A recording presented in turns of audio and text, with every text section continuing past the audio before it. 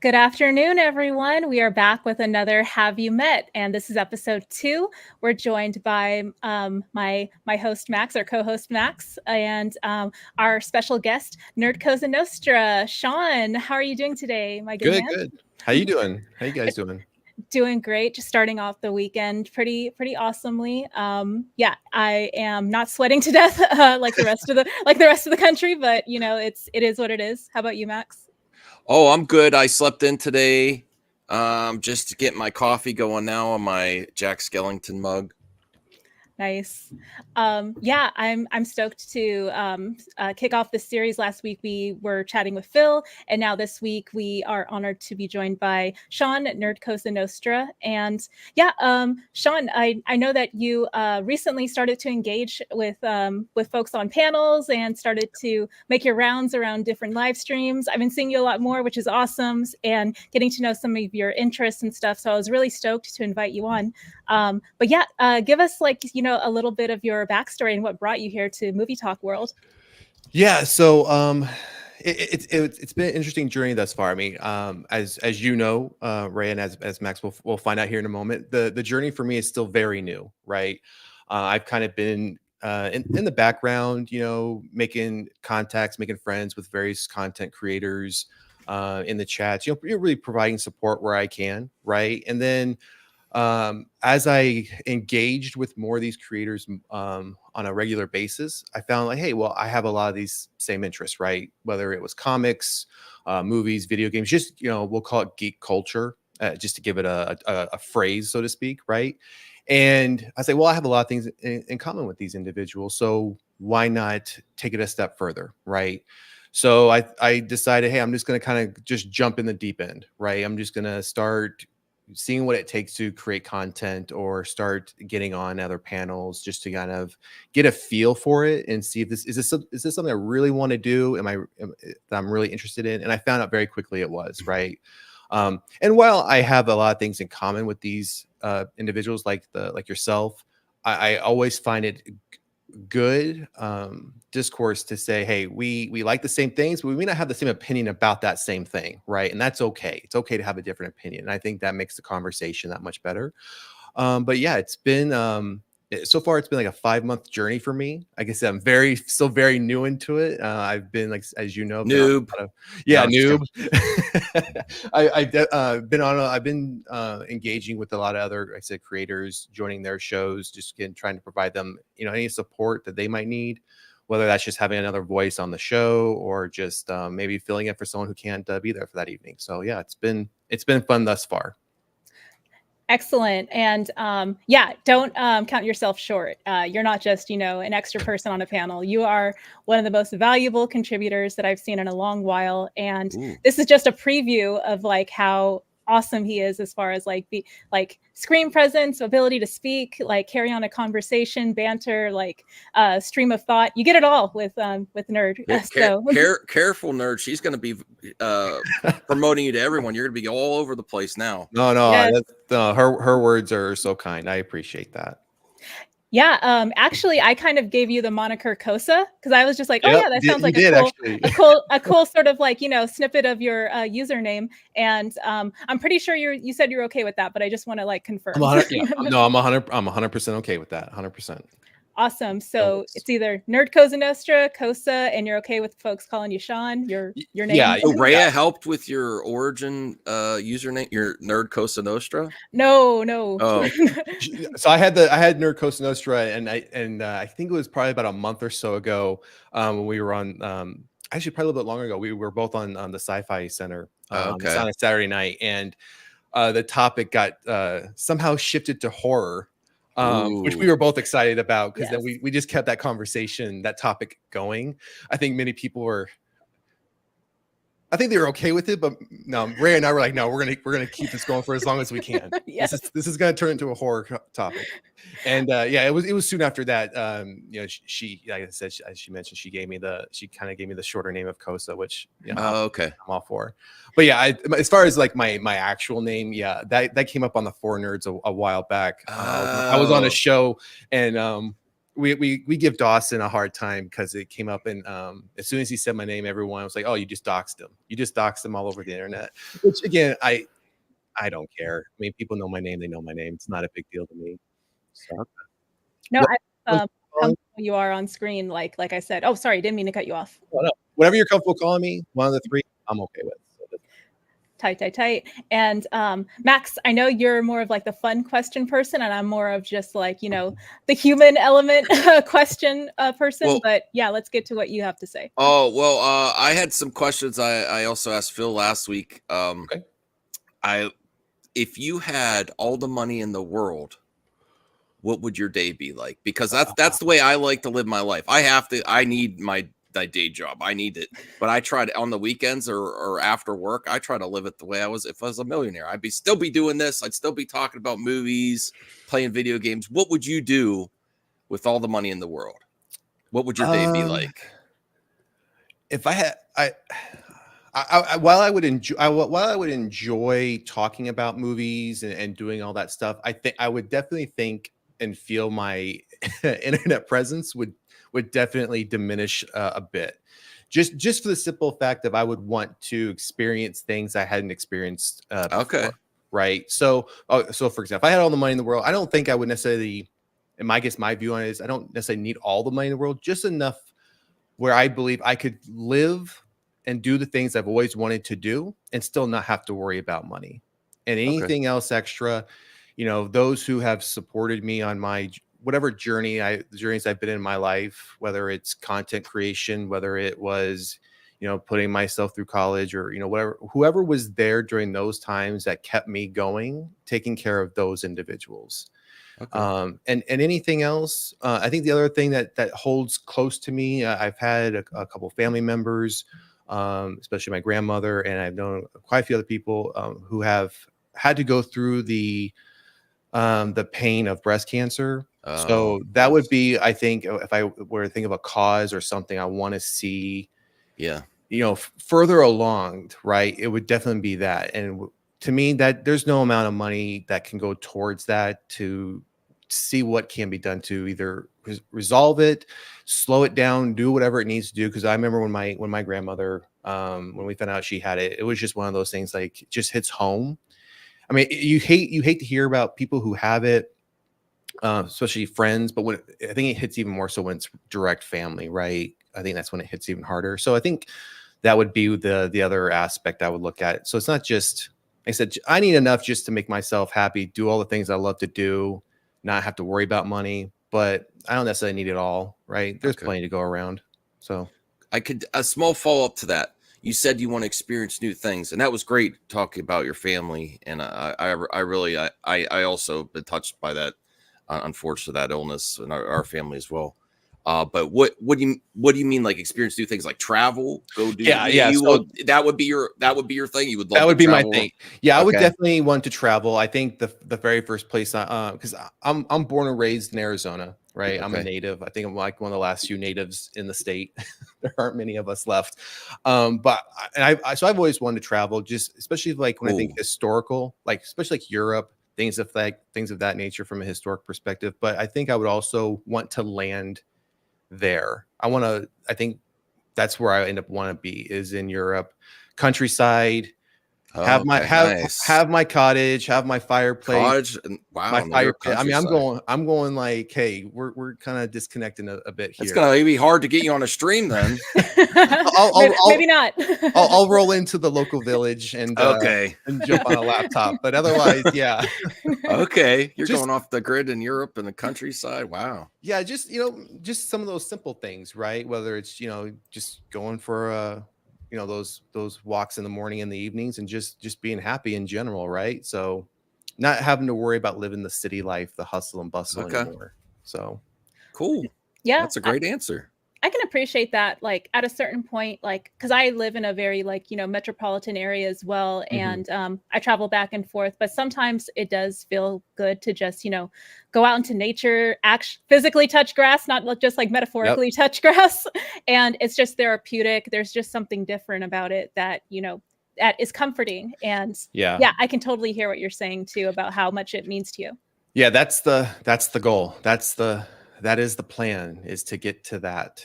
So Definitely. And yeah, just to kind of pivot off of that question, for a lot of folks, what brought them into like these like sort of geeky, nerdy interests is oftentimes a very influential, important family member, someone who was there throughout their life and kind of introduced them to stuff. I know that's the truth for me. My uncle was a like big time geek, toy collector, movie buff, and cartoon head and all this other stuff. So a lot of what he was into, I kind of through osmosis got into as well. But what is your backstory as far as like who got you into this stuff?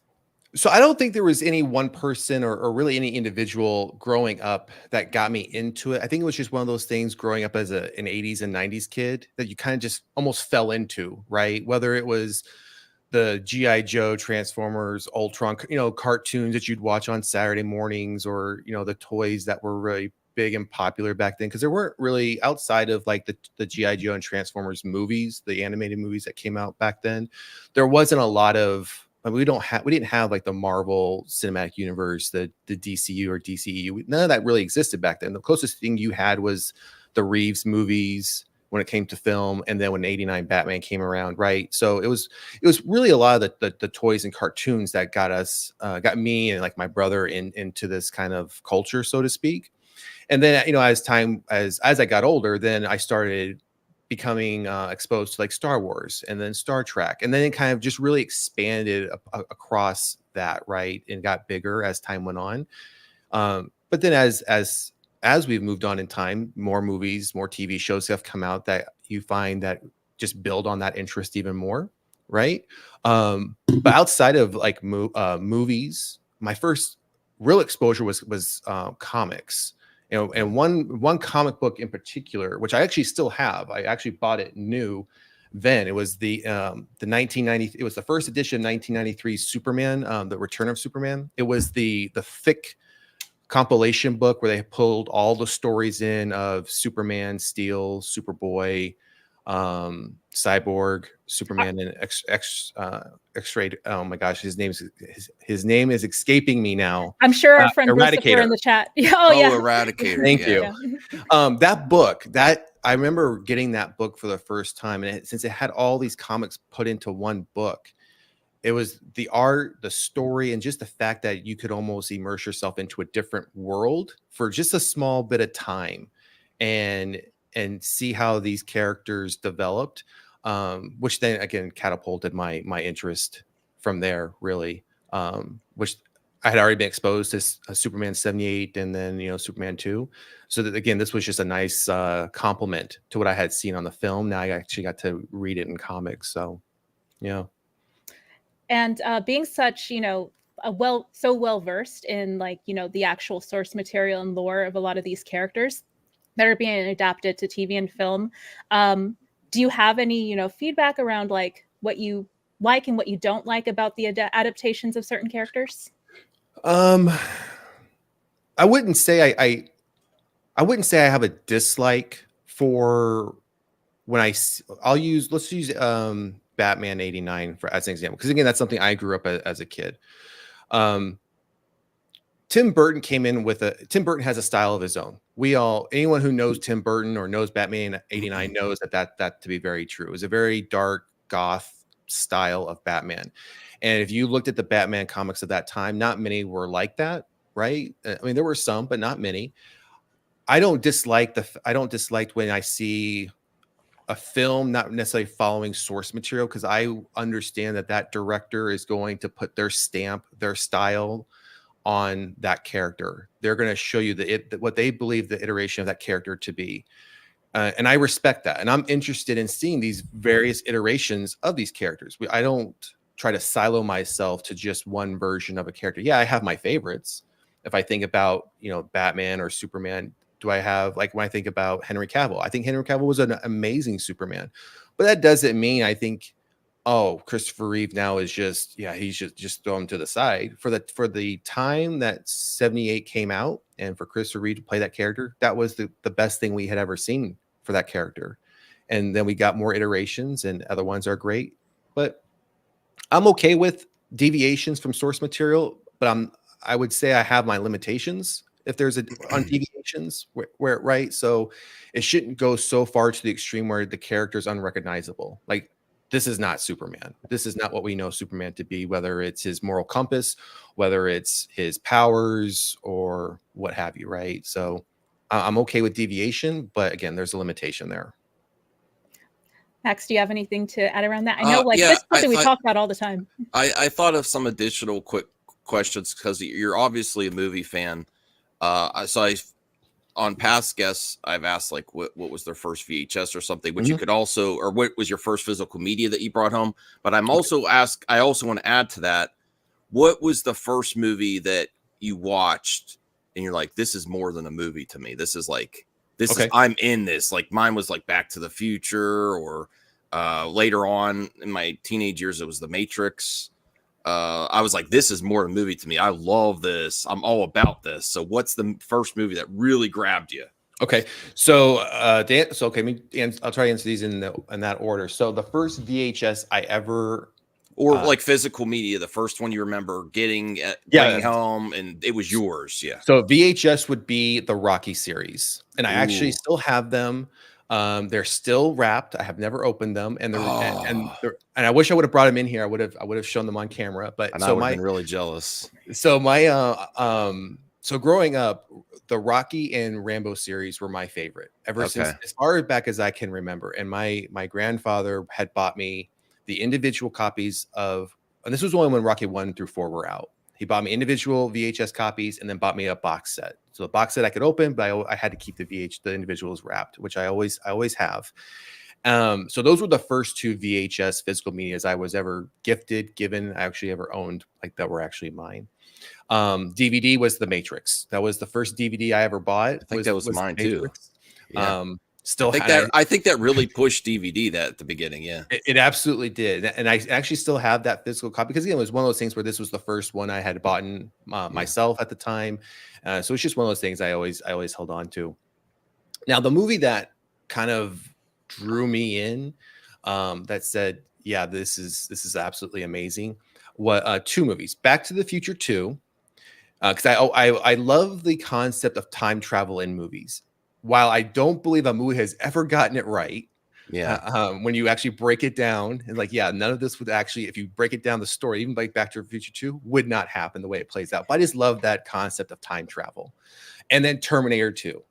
Terminator 2 holds something special because I, at the time, growing up as a PK, we weren't allowed to watch like R-rated movies, even PG-13. I was like that too. Was very like, hey, we gotta screen this first before you watch it. Right? There was one time when Terminator 2 came out, I was taken out of school early and was taken to McDonald's and then taken to the local video store, and I was allowed to pick any movie I wanted. And I remember just seeing the cover of Terminator 2 on VHS of him sitting on the motorcycle with the red eye, with the shotgun. I thought, man, this looks interesting. What is this? And at the time, I didn't even know it was part 2. I just thought that was just a general title that was given. And I remember watching that, and I probably watched it, 8 or 9 times that weekend, the weekend I had it. And I was just so immersed in that. I know this isn't real, but wow, someone could actually create this, right? This world and film it. And when knowing that none of it's real, but it just looked so real.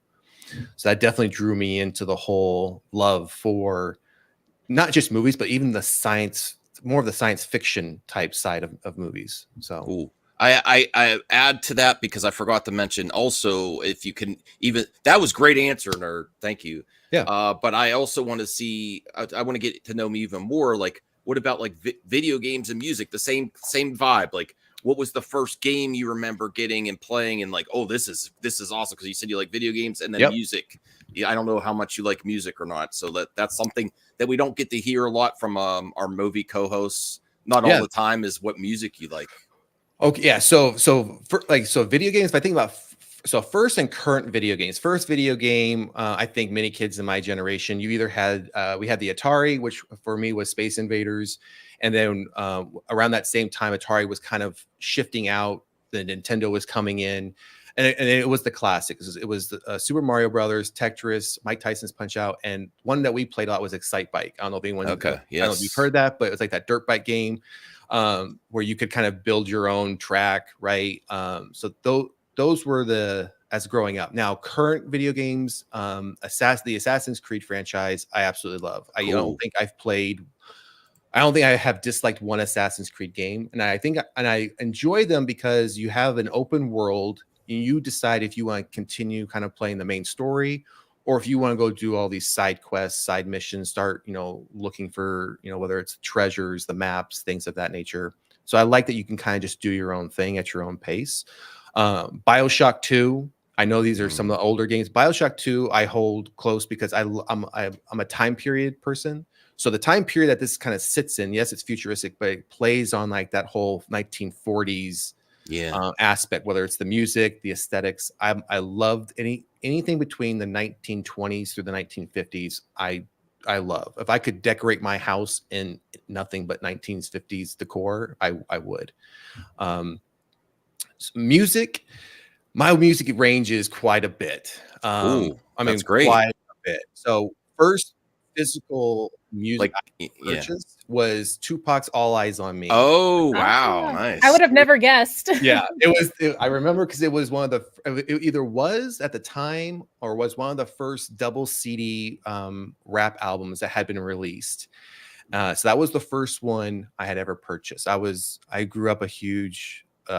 Growing up where I grew up, I mean, rap was like the big thing. Whether it was Tupac, like Bone Thugs and Harmony was a big thing for me growing up. Yeah, I remember. Big L. I don't know if anyone has even know who Big L is. More of an underground, more of an underground rapper. Oh wow, he's an East Coast. But I go from so only a few people know this, and again, I don't mind. I think only like one person actually knows this. And I don't mind sharing it. So I go from that spectrum to where's my Spice Girls vinyl? Get that on. What? Get that on the Spice Girls vinyl. Yes. Get that on the record player. Turn it up. Let's get this thing rolling. Tupac and Spice Girls. We're really going deep on nerds. And then, I know. And then I can take that off and then immediately go to where's my Beethoven or my Frank Sinatra. I mean, I have a very wide. You said range. Vinyl. You collect vinyl? I collect vinyl. Yeah. Oh. So yeah, I'm a huge vinyl person. I think I'm one of those people. I think it does sound better, personally. And I like sometimes hearing the crackle, right? Especially when you drop the needle on it, you hear that crackle. Kind of that. I used to collect vinyl. Now I collect cassette tapes, music cassette tapes, and CDs. Oh, okay. Yeah, cassette tapes have been making a comeback. I'm not forcing, encouraging Rhea to get cassette tapes. Yes, I actually been finding some bangers, and Max is going to send me my boombox that he got me when I came to visit him. So I'm stoked to kind of review that. And I guess like my next question, kind of going back to one of your favorite genres, sci-fi, and like one of your favorite themes, time travel. This is a fun one. So would you rather go back in time and to where, or would you rather go into the future and where and why? Okay, so I'm going to ask a clarifying question before I answer that question.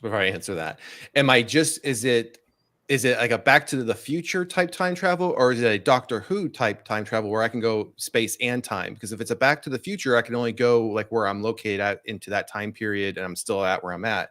But if it's Doctor Who, I can go anywhere I want and go into that time period. So Doctor Who, let's do that. Okay, so I would want to this might be so random. I would want to go to medieval times Europe. Ooh.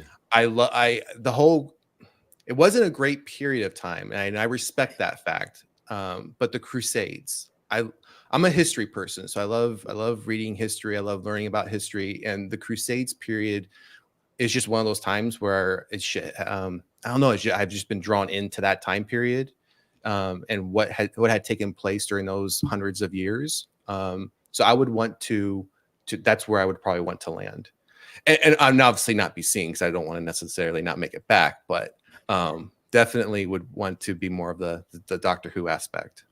I know you move like one chair and then all of a sudden you come back to the present and then it's like numerous wars all over the place. Or the chair's not there anymore. Or worse, the chair's not there anymore. Max, did you have a follow-up or question? Oh, let me see what I have here. If you could be any superhero or fictional movie character or video game character or anything, who would you pick? Oh, if you could be any of them. Any fictional or movie superhero character. I would that'd be tough. If I'm going to pick a superhero character, it'd be tough between, and I'll explain why. It would be tough between Iron Man or Captain America. Iron Man just the simple fact of, not because he's rich, because of how smart he is. Mm-hmm. Just his genius level, right? Whether it's mathematics, physics, whatever it is, right? It's just the fact of how intelligent he is. Captain America, from a just a human aspect, a morality aspect, right? Yeah.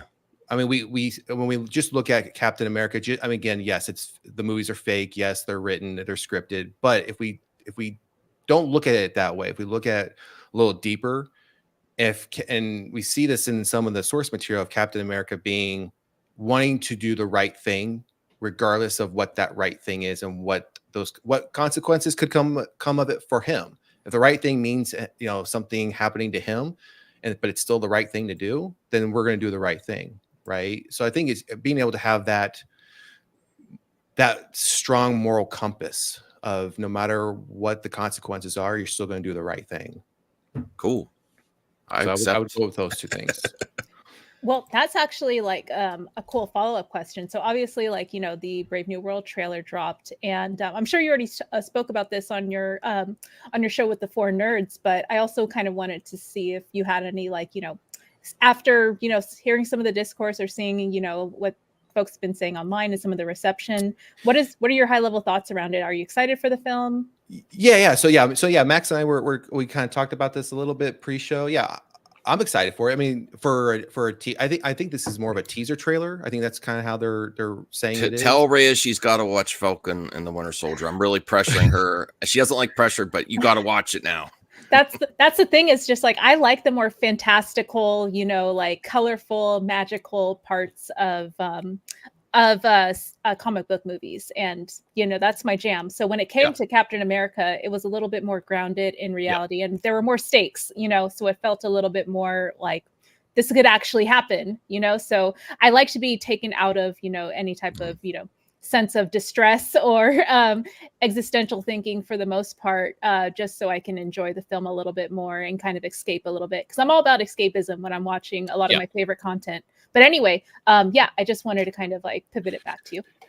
Yeah. So I mean, yeah. So I'll answer the question, and I'll kind of address my thoughts on that as well, because I agree with you as far as when it comes to when someone wants to enjoy the content, right? I'm excited for it. I mean, I'm excited for it, but I've been also very cautious about it because, and as I was mentioning to Max earlier, we've seen and heard so many rewrites, so many reshoots, and now we know the budget for this is really large. I think it's a little over either 300 or a little over 300 million that they said that the budget is for this, and that kind of worries me a little bit, because can it make back the budget, and let alone even a profit? Because even make it back a profit after they do all that advertisement, it's going to have to make quite a bit of money. So this movie's going to have to be like one of the greatest things the MCU has released, and that's saying that it's going to have to potentially be on par with Deadpool and Wolverine, because we already know what pre-order ticket money that's already brought in, and we know what that's going to bring in the first weekend and the second weekend as well. So I'm excited for it. I'm always willing to give, and as you know, Ray, and as I've mentioned on some of the other panels we've been on in other shows, I will give any show, any movie a chance to form my own opinion. I respect whoever does reviews. Hey, that's what you do for a living, or that's what you do for your leisure time. Hey, more props to you. I hope you enjoy it. I hope you have fun doing it. While I will read it, it will not sway me from seeing something. I won't read a review or hear an opinion and say, oh, I'm not going to go watch that now, and now I dislike it. I'm going to go watch it for myself, for my own opinion, and then have that conversation to say why I either do or don't like it, or why I don't clearly understand why someone doesn't like it, or why they do like it. Right now, as far as content goes, wanting to immerse yourself and kind of step away from grounded reality. See, I enjoy both. I enjoy watching those films that feel like, yeah, that could happen. Like this could happen in the world we live in, the world we perceive around us. But I also, in the same aspect, I like watching films where I don't have to necessarily have my brain go to those thoughts to say, man, could this happen? Right. So, and I view horror as that, right? I think the reason I like horror, and I think many people love horror, is you get to experience the thrill and the scare without necessarily the consequences of the thrill and the scare, right? You're not the one being attacked. You're not the one being, Jason's not chasing you, right? But you're watching this and you have that sense of, oh, I wonder what's going to happen next, right? You're interested and excited to see what's going to happen with the story. So I can completely respect the fact that, having that preference of grounded versus, I don't want to call it fantasy, but to your point, where it's not necessarily something that could happen. So. No, totally. And then, yeah, Brucifer, our friend in the chat. Thank you, Brucifer, for supporting the Have You Met series and providing a question for Nerd Cosa Nostra. So Kingdom of Nerds, $9.99. Thank you. Who is your favorite Doctor? You mentioned Doctor Who, and he got very excited in the chat. Who's your favorite Doctor? So before I answer that, I'll kind of show. I'll show something here. I know Ray has seen it. I know Ray has seen it. And if anyone watches the Sci-Fi Center's show, it came up like a while back. So I actually have. Finally we get the tattoos. Look at that sleeve. That is boss. So I actually have like a full Doctor Who sleeve that goes like all the way around, like all that Tim Burton art too. Yeah, so it's every Doctor. See, it starts up here with the first Doctor, and then it works its way down through every iteration, all the way to the 12th Doctor, because Jodie hadn't been the Doctor yet. We got to see the other sleeve too when you're ready. Oh, so the other sleeve is medieval Avengers, so it goes all the way out. Oh wow, you have some of the best tattoos I've seen. So sick. And so I don't know, not that obviously this is still family friendly. So it actually I have Loki. No, if you feel comfortable, do whatever you know. So I have Loki right here. Cool. These are some really good tattoos, man. And if you're a Doctor Who fan, then you know who like Amelia Pond is. So from like the Matt Smith era, right? So when Matt Smith and Amelia Pond first met in that first episode, she was a child, and the story was that when he showed up, that he was going to come back.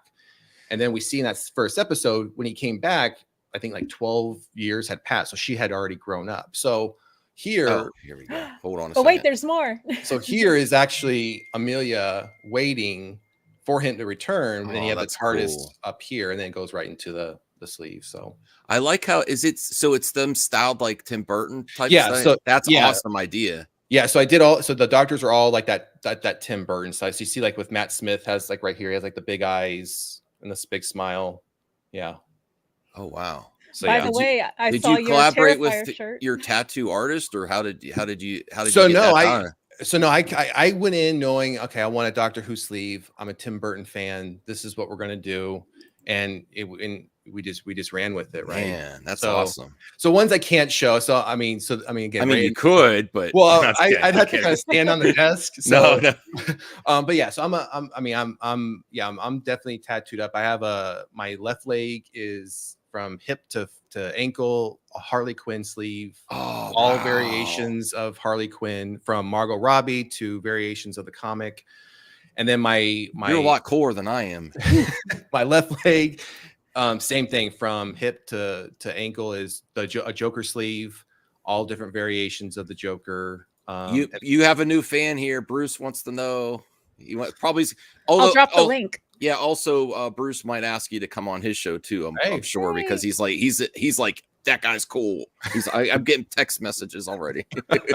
And then so the only other so that I also so anyone again who knows me knows I'm a big Joker fan, especially of the Joaquin Phoenix movie. So I have a portrait of Joaquin's Joker on my right rib cage.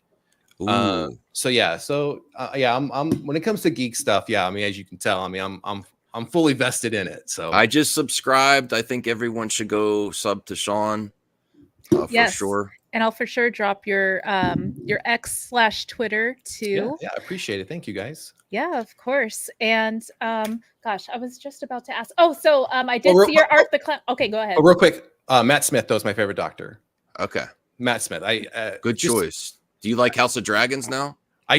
Damon is that's my guy right there. Oh yes, Damon's my guy. I actually think he's more iconic in House of Dragons than even Doctor Who. I don't know. I think he is, and Matt Smith has always been one of my favorite actors. And for me personally, I think it shows his range moving from a character like the Doctor to Damon in House of Dragon. And he actually has an independent horror film coming out soon too, that he's starring in. Which again, to me, you're moving from Doctor Who to House of Dragon to then a horror film. I think he just has an amazing range when it comes to the characters he can play. So yeah, Matt Smith is definitely my favorite Doctor. Or if he wasn't there, I'd be Tom Baker. Okay, because I love the long scarves. I just love that look. I've only really surface level checked into Doctor Who. I want to catch up the current Doctors, and then I'm more interested in the current stuff after.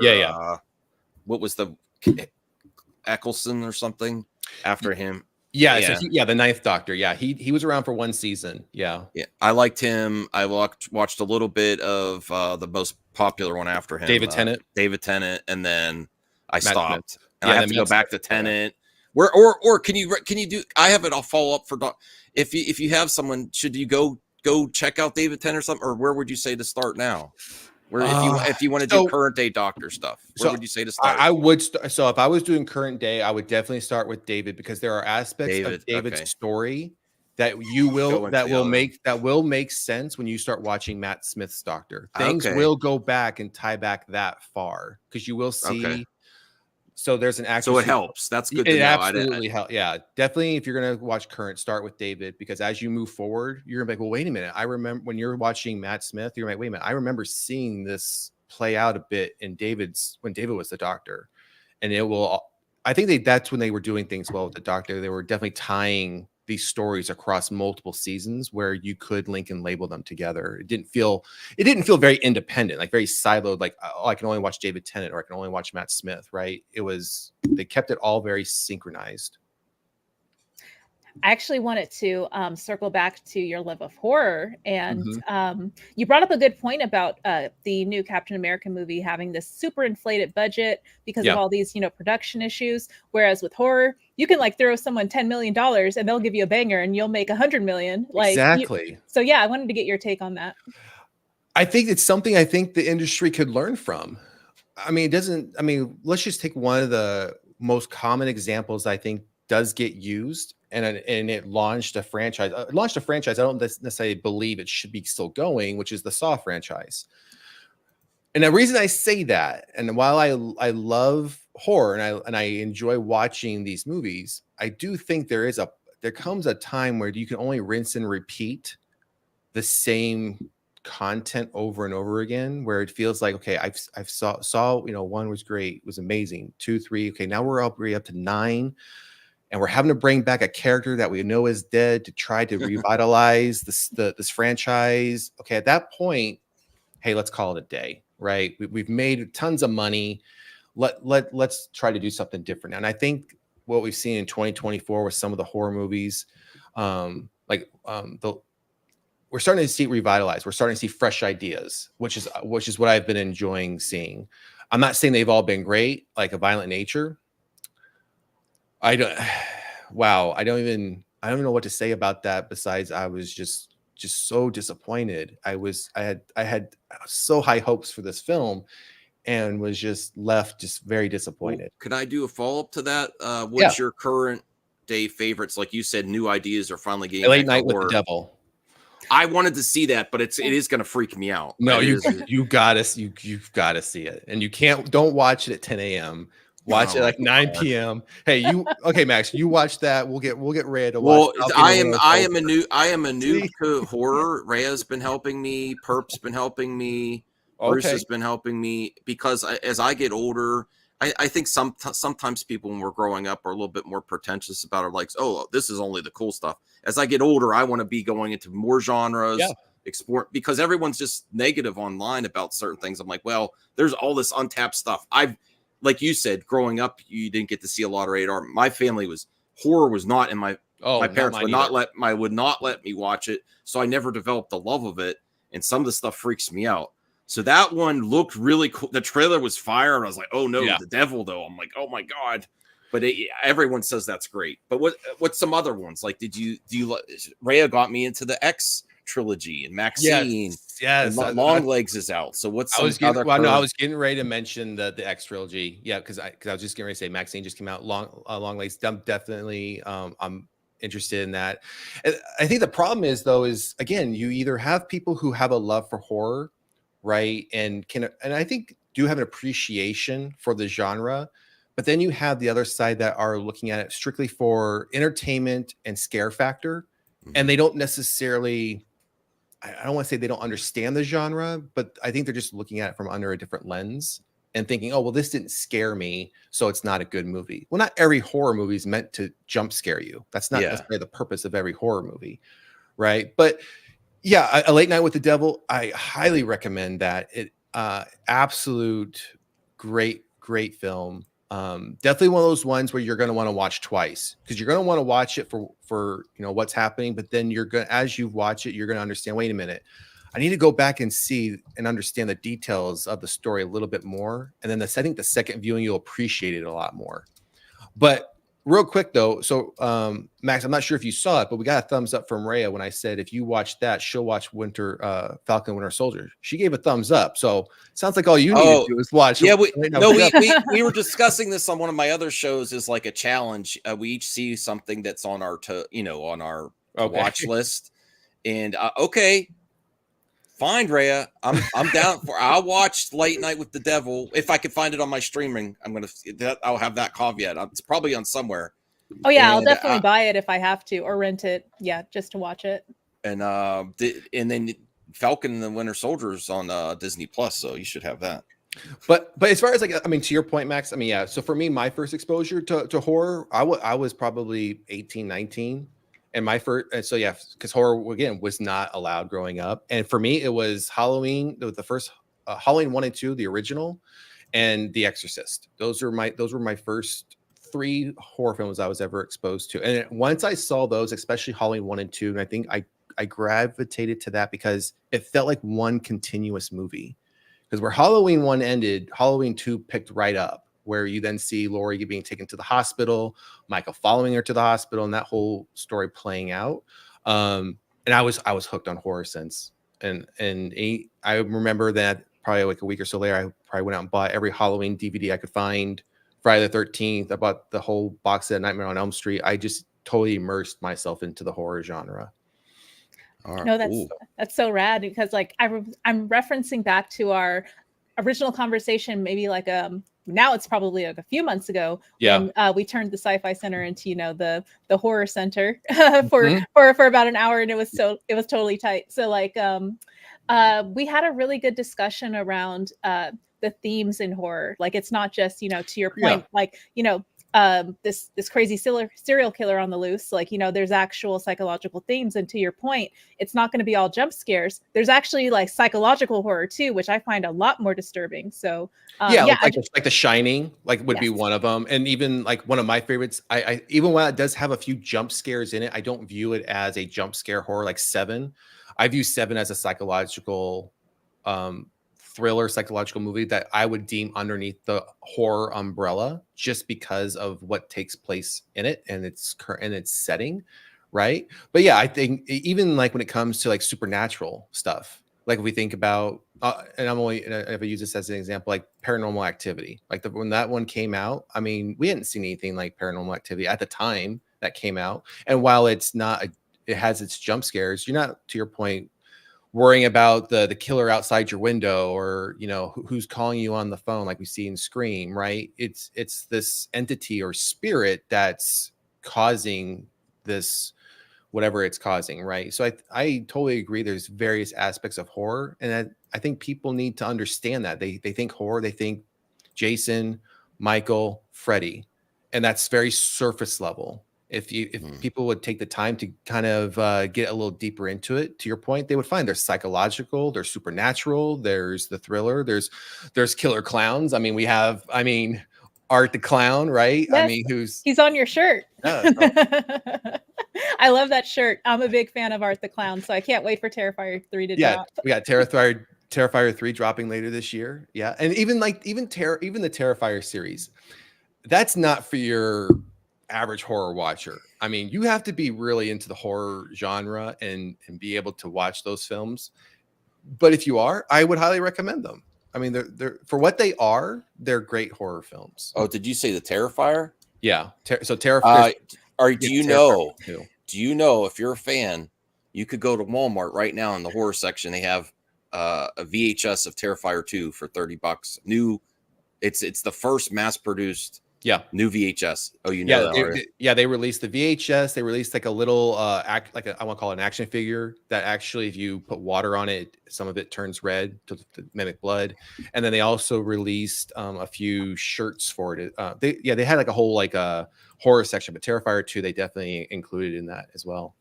Cool. Yeah.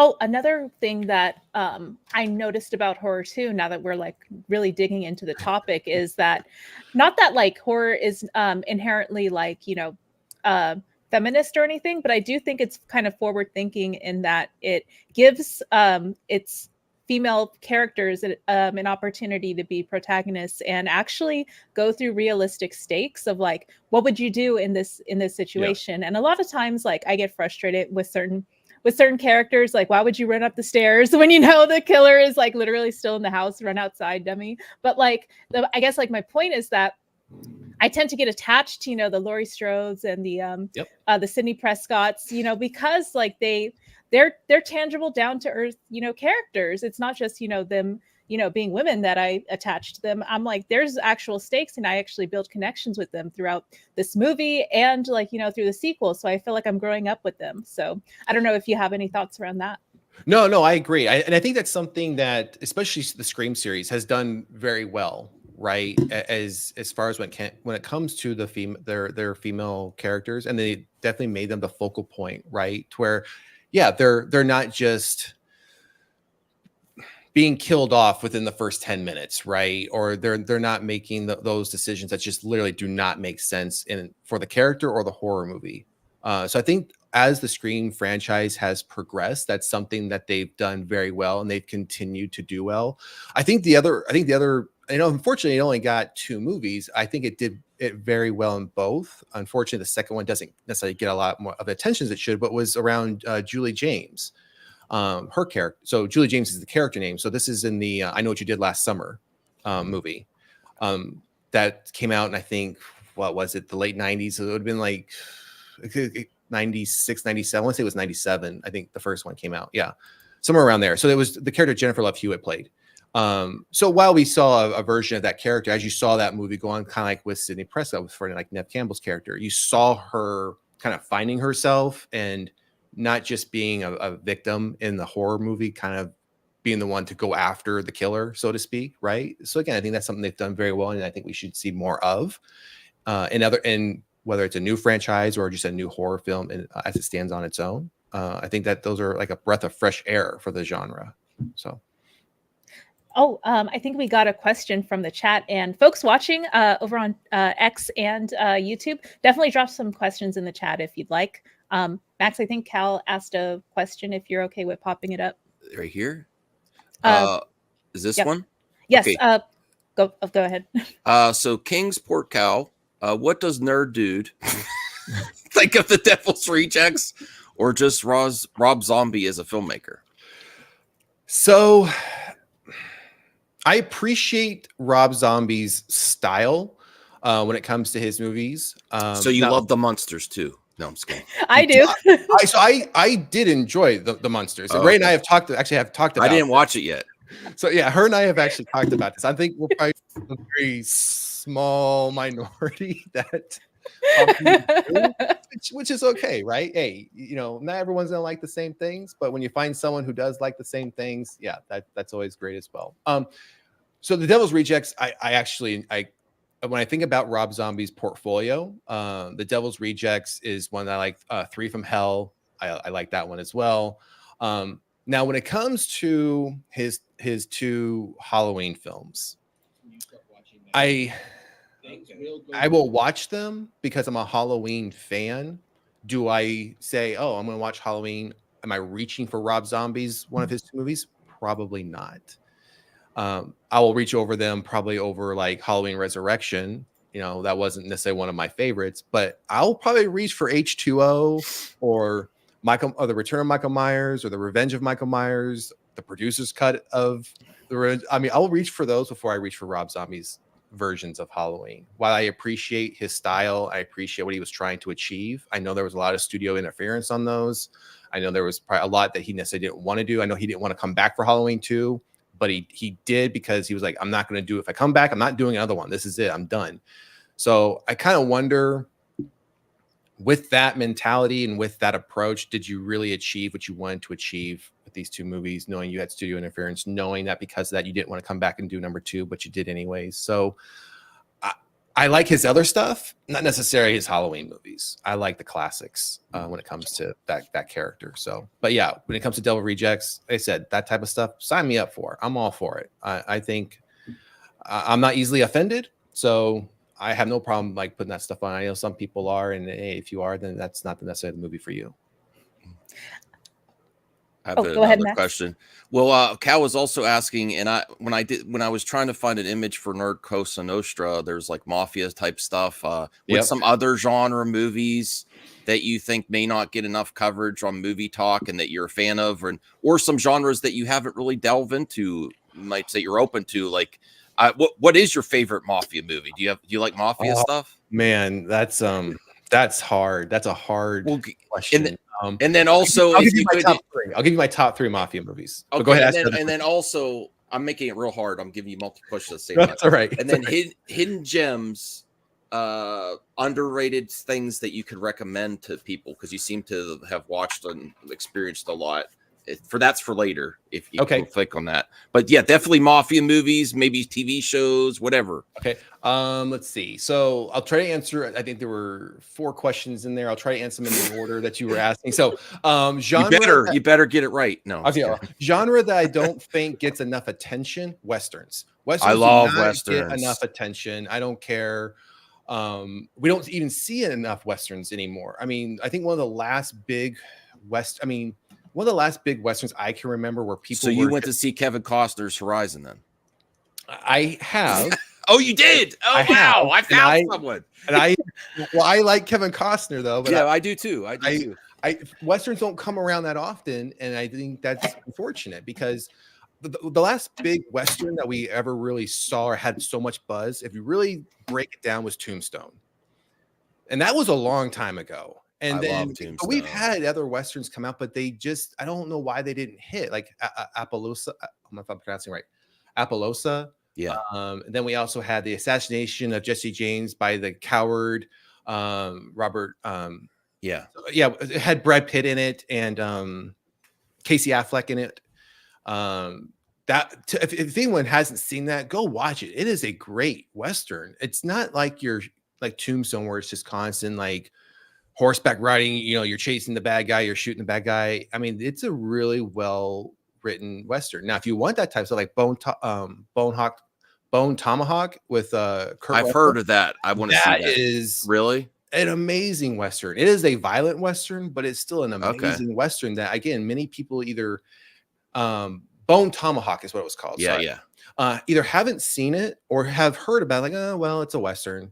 Yeah, it's a Western. What's the big deal? No, go watch it. It is an amazing Western. But I think that's a genre that's not talked about enough. It doesn't get enough attention. I think more Westerns should be made. And now, films that I think are kind of hidden gems. There's one in particular that I rarely find anyone that has heard of it. Is The Imaginarium of Dr. Parnassus. So it was Heath Ledger's. Heath Ledger was in the process of filming it when he passed away, and so he didn't get to finish it. So what they did was they brought in Colin Farrell, They brought in various actors, and they kind of altered the story so this character's face would change throughout as the story played out. So it's about this. It's basically about this individual who makes a deal with the devil to live longer, and once that time comes, he would hand over his daughter to the devil. But obviously he gets out of this throughout the story. But again, it's I think Ray, I think it's a film you would like, because it's not one of those things that are grounded and real. It's like one of those like fantasy type movies. But again, it's just one of those things where I think Heath Ledger had a passion for on this film, and it's just something that unfortunately got overshadowed by The Dark Knight. And he didn't get to finish it, but it's still an amazing movie. He's in it. Terry Gilliam directed, right? Yes, yeah. So he's in about half of it, and it's an amazing movie. I just wish more people would give it a chance. So I watched it.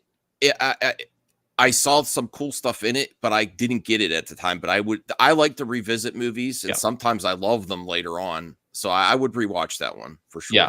Yeah. It's definitely one of those ones that, again, if you have an open palette, so to speak, when it comes to films, if you like having a broad horizon, not just sticking to one or two genres, I would definitely be one I would recommend.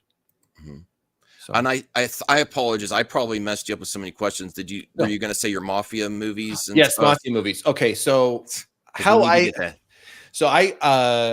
will never forgive me if I don't, because he was in the chat. He's like, I thought we were going to talk about some Mafia stuff. So these are movies I consider Mafia, because either there's a Mafia aspect to it, or it's not necessarily the Italian Mafia. It could either be the Chicago, the Kansas City Mafia, whatever aspect, the Las Vegas Mafia, whatever aspect you want to look at this as. So Casino, Goodfellas, Godfather, the entire series. I have a special place for Godfather 3. I don't understand the hate. I don't understand why so many people don't like it. I enjoy Godfather 3. I'll never understand why many people think it's just a terrible movie and it should never be viewed. So there's that. Most recently, The Irishman with Robert De Niro and Joe Pesci. I love seeing Joe Pesci back and playing a role again. Hoffa with Jack Nicholson and Danny DeVito. Again, it plays more into it's centered around Hoffa, but it also brings in the aspect of the Kansas City Mafia as well. So I do enjoy that. I also enjoy the old Scarface, the original Scarface. While I enjoy Al Pacino, I saw the original one. I love the original, like the original black and white, because I do like those. I do like older films that are black and white films. Even when I think about like the original Twilight Zone series, I know it's not Mafia, but I like those old sci-fi, black and white, The Outer Limits. It's just something about those, how they were done back then and how they do things now. It's just they're just great shows. So yeah, I would think those would be the initial Mafia movies that come to mind that I would definitely gravitate to. I mean, there's always like Goodfellas and like I said, those types of movies. But yeah, those would be the ones. I have a recommendation actually if you haven't seen it, because when someone, unfortunately, it's covering movie or entertainment actors pass. So I like to celebrate the life of them and go back to their back catalog and watch something I haven't seen of theirs. Okay. So when Ray Stevenson passed, I loved him in Ahsoka, one of my favorite characters. I went back and watched Kill the Irishman. Did you see that one? Yes, I have seen that one. That was a really good one. It was a good movie. And I was like, I would have never seen this. Unfortunately, I probably would eventually got to it, but I went back. I'm like, I'm going to see this one. Even films like that Johnny Depp did, Black Mass, right? Again, about Whitey Bulger, right? Even though that's not, it's not your typical mafia mob movie. It does delve into that world. Again, thinking outside of what many people believe is just the Italian mafia, right? Even when we think about like the cartels, like I, for one, am a David Ayer fan. So I enjoyed The Tax Collector, right? It delved into La M.A., which is the Mexican mafia, right? It delved into that aspect of it, which again, not a lot of films do. Like you have like American Me, you have Blood In, Blood Out, that delve into that culture's version or aspect of what the mafia is, right? Yeah, Black Mass, with Johnny Depp. Yep. I want to try to find Once Upon a Time in America with Robert De Niro. I don't want to take up, because I'm sure Ray has something else, but I would like to find a good Yakuza movie too. I'm trying to think of. Oh yeah, I would have to. Yeah, that's something I'd like to see soon. Yeah, but I apologize. Go ahead, Ray. I don't need to. No, we're digging into a lot of like your interests, and that's actually a good segue into yeah, like you're making the rounds around, content creation. Mhm. I see you on Sci-Fi Center, obviously, chatting up with you for nerds. I love seeing you on there too with Phil and all the other nerds. And I believe you're also making the rounds with ACS's show too often, right? Yeah. So yeah, when it comes to some of the other content creators, I've been very fortunate to meet a lot of, just again in the short span of time I've been kind of in this content creator world, I'll call it, so to speak, right? And as far as coming kind of out of the chat, out of the background, and kind of coming up to the front. I've been very fortunate to make a lot of great friends. So yeah, like the Four Nerds Network. So there's Dawson, there's Andre, Ryan, and Phil. And Andre also does the Nicotina Network. But yeah, with Anthony from the ACS universe, him and I do. He's invited me to do his Monday show, his Monday morning show with him. Which again, I'm very fortunate to even be asked to do that. And and William and Brad from the Sci-Fi Center, being able to go on there, whether it's the watch parties or, as like when they do like the late night Saturday nights when they invite other creators or other people on. So I've been very fortunate to be able to do those things. And be welcomed by all of them. I mean, I don't think I've ever had a bad conversation with any of them, and then I think that's what makes this even more enjoyable when you find individuals who are passionate about what they like as well, and you kind of find that common ground, and you can have it's doesn't feel like a chore or a job. You're just having fun with other individuals who happen to like similar or the same things you do, right?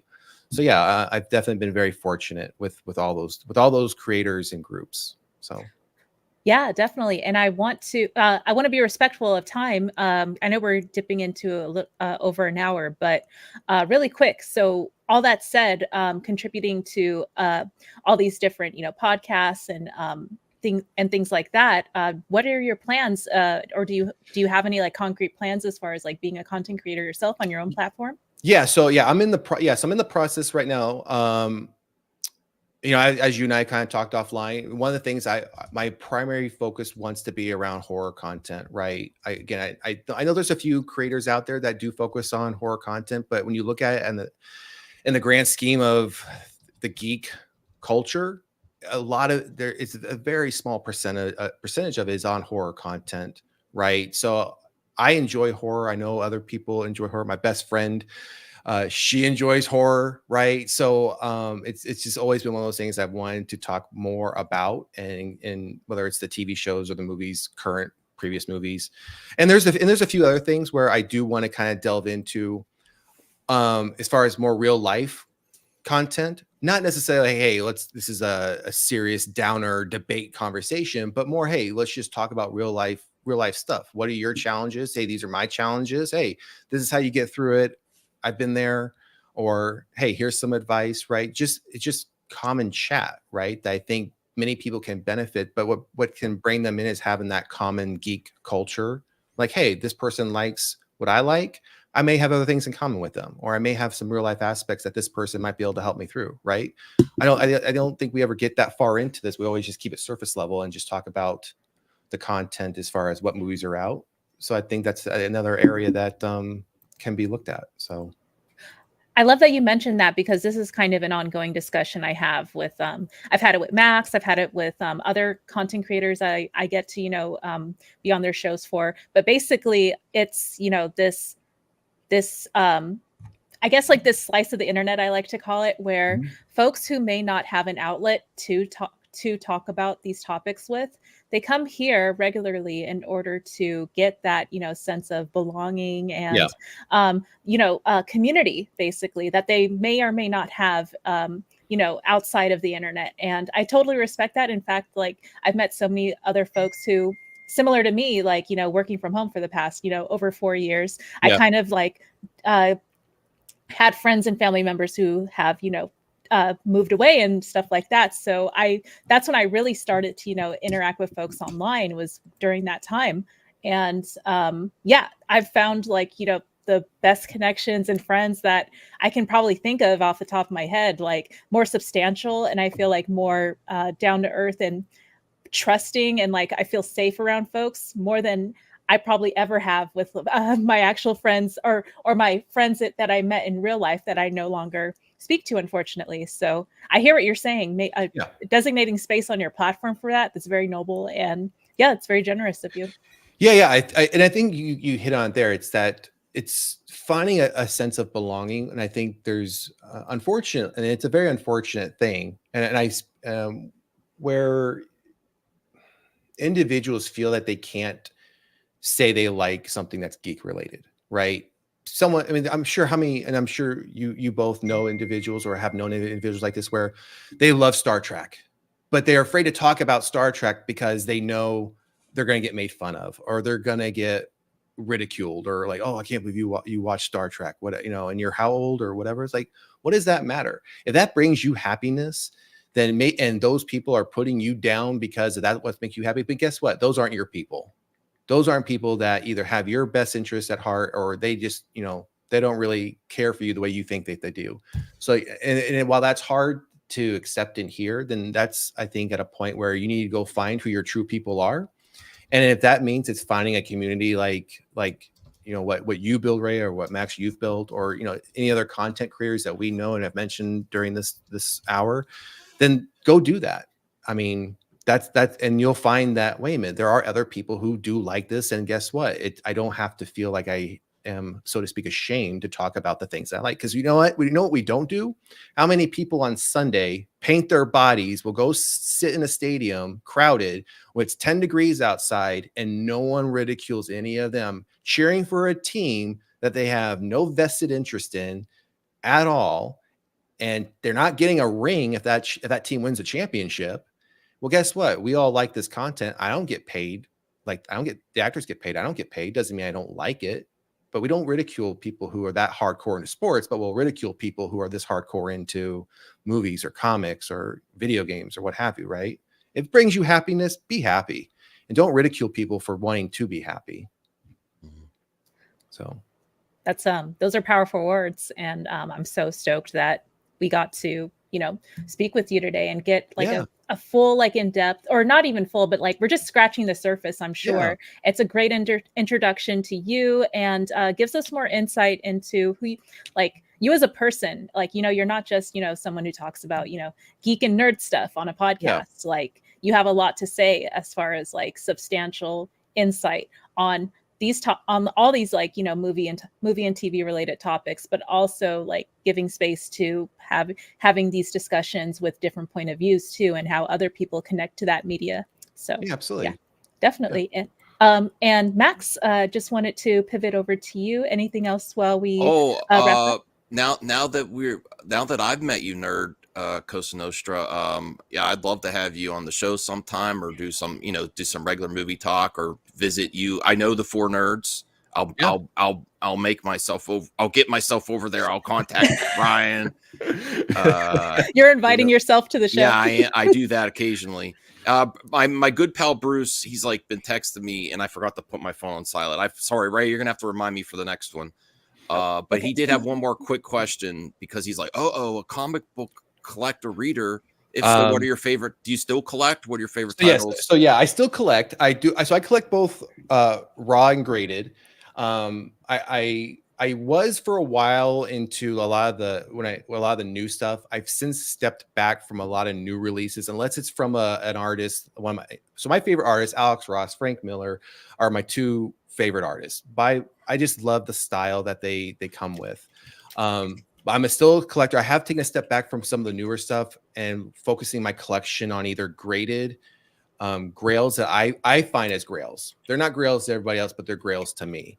That's and cool. Some older raw stuff. So some of the things like I hold near and dear to my collection. And again, these aren't by any means like substantial, expensive books, but they're things that I had always wanted to get in my collection, which is the 5-book series of 300 graded, a regular set, and a full signed set by Frank Miller.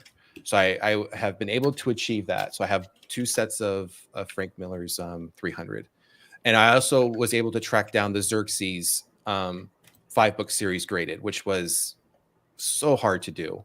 And the last series I'll mention is I have a full a full complete set of Watchmen graded. Ooh. All 9.6 or higher, which was that one was I remember trying to track those things. I really wanted them 9.6 or higher. I think it was 15 books. I had to go through 11 different sellers to make that collection happen, and it did cost me a little bit, but again, it's just one of those sets where as a collector or as a comic book person, I just like, yeah. Other than that, the only other two I hold near and dear, I have my Alex Ross cover with Henry Cavill's signature on it, and I have I have Ben Affleck. They did a movie cover for when Justice League came out with him on it, and it has his full signature on it as well. Oh wow! So yeah, so those two are I'm jealous. When I think about like my celebrity comic book like graded ones, those are I'm only missing Gal's a Wonder Woman one with Gal's signature to have the Trinity. But yeah, those are my near and dear ones. All the other ones I could sell off, but those are ones I would definitely keep.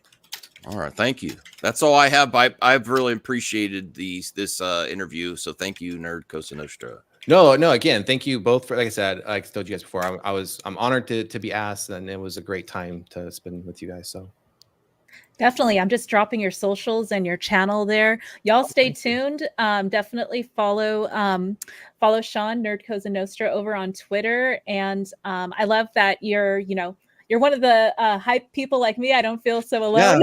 Yeah. like throwing all this content out in people's faces. I'm like, no, go watch this person. They're so cool. yeah, definitely. Yeah. Anytime I can get out there and promote the good ones, I definitely do that. So I think as content creators, I mean, and I think Rhea, you've probably seen me out there. I think there's a hashtag we should all be using is support creators, right? I mean, we're all doing this together. We all have a common interest. So I don't understand why we all can't just be supportive of the goals that we're trying to make for ourselves. Because, I mean, like right now, I mean, how many people are gonna, go say, oh, what's Rhea up to on her channel, or what's Max up to on his channel, right? I mean, it's just being a common, decent person. I mean, if we're all enjoying the same things, right? So yeah, get out there and hashtag support creators. It's that simple. Absolutely.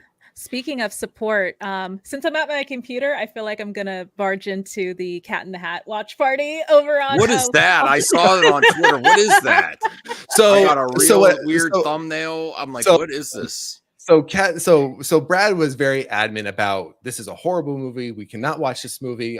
This will not happen. So William put out there, if someone donates, I can't remember how amount of money it was. Someone donates this amount of money, we are going to watch Cat in the Hat, and Brad is going to watch Cat in the Hat. Well, guess what happened about 3 minutes later? Someone made that donation, and William said, absolutely, we're watching it next weekend, and Brad will be here to enjoy it with you all. So I think that's the first Cat in the Hat watch party I've ever heard of, and maybe the last. I don't know. It will live on the internet forever.